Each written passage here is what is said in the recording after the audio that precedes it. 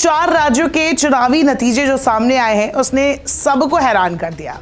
यहाँ 3 राज्य खासकर कि राजस्थान, एमपी और छत्तीसगढ़ में जिस तरीके से कांग्रेस की हार हुई है वो कांग्रेस के लिए एक बड़ा झटका है। लेकिन बात करेंगे एमपी की, क्योंकि एमपी में कांग्रेस को बड़ी उम्मीदें थी कि यहाँ पर शिवराज सिंह चौहान के खिलाफ जो एंटी इनकम्बेंसी है, क्योंकि लगातार 2003 के बाद से राज्य में शिवराज सिंह चौहान के नेतृत्व में बीजेपी की सरकार रही। हालांकि 2018 में कांग्रेस को यहाँ 114 सीटें मिली थी और वो जीत गई थी। पार्टी ने सरकार भी बना ली, कमलनाथ मुख्यमंत्री भी बन गए, लेकिन सिंधिया के बगावत के बाद ये सपना उनका टूट गया। शिवराज सिंह चौहान एक बार फिर सत्ता में वापस आ गए, लेकिन इस बार 2023 में कमलनाथ ने अपने नेतृत्व में पूरा जिम्मा उठाया और उनको लगा कि इस बार जीत तो जरूर मिलेगी, क्योंकि ये बातें लगातार बीजेपी के जो सर्वे थे, चाहे वो आरएसएस के सर्वे, शुरुआती दौर में ये कहा भी जा रहा था कि हवा शिवराज सिंह चौहान के अगेंस्ट में है, लेकिन फिर बाजी पलटी।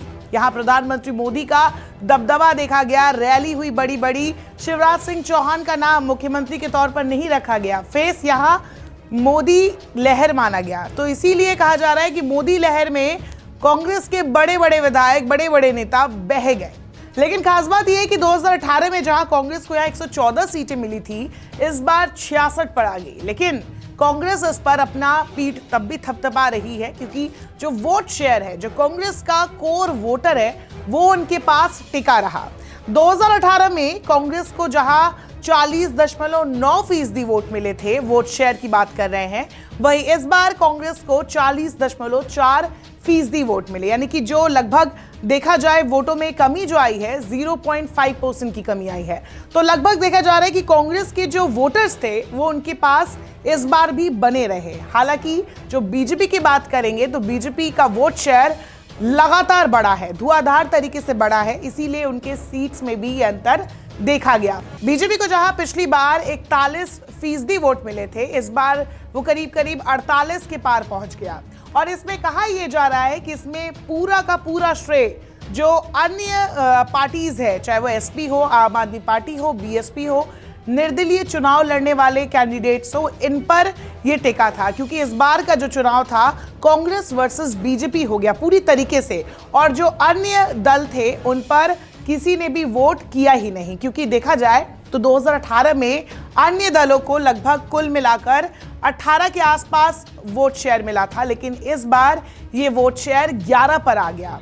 तो ये लगभग कहा जा रहा है कि 7% का जो वोट शेयर था, 7% वोट शेयर ये बीजेपी के खाते में जुड़ गया, और इसीलिए बीजेपी का जो वोट शेयर है वो भी बढ़ गया और सीट्स भी बीजेपी की बढ़ गई। मध्य प्रदेश में लगातार प्रधानमंत्री मोदी और बड़े बड़े नेताओं को उतारा गया। एक और खास बात यह है कि मध्य प्रदेश में अखिलेश यादव सपा की तरफ से रैली करने पहुंचे और लगभग उन्होंने 69 से 70 सीटों पर उम्मीदवार उतारे। यहाँ पर बीएसपी थी, आम आदमी पार्टी भी थी, लेकिन इनमें से किसी का भी खाता नहीं खुला। निर्दलीय जो कैंडिडेट्स थे उनका भी खाता नहीं खुला। सपा को जो वोट मिले हैं वो नोटा से भी कम है। कहा जा रहा है कि लगभग सपा को यहाँ 0.43% वोट मिले। जानकार मानते हैं कि इंडिया गठबंधन के बीच की तकरार भी इसका एक कारण हो सकता है। अगर राहुल गांधी और अखिलेश यादव साथ दिखते तो, और अगर बीएसपी से कांग्रेस डील कर लेती, तो शायद ये वोट शेयर बीजेपी के पास ना जाकर इनके पास रहता। वहीं दूसरी तरफ मध्य प्रदेश चुनाव में बेशक लाडली बहना की लहर और मोदी प्रभाव नजर आया है।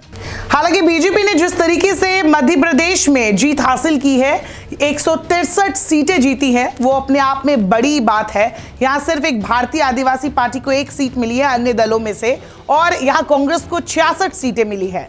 लेकिन ये बात भी नजरअंदाज नहीं कर सकते कि जो मध्य प्रदेश में बीजेपी के 99 विधायक थे, उनमें से 27 और 12 मंत्री भी, यहाँ 31 में से 12 मंत्री भी यहाँ अपनी सीट नहीं बचा सके, जिसमें एक नरोत्तम मिश्रा भी है जो कि मंत्री रहे हैं।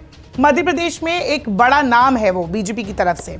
वही अगर बात करें कांग्रेस की, तो कांग्रेस के 85 विधायकों में से लगभग 60 विधायक चुनाव हार गए हैं। तो कुल मिलाकर इस बार जो चुनावी नतीजे सामने आए वो हैरान करने वाले थे।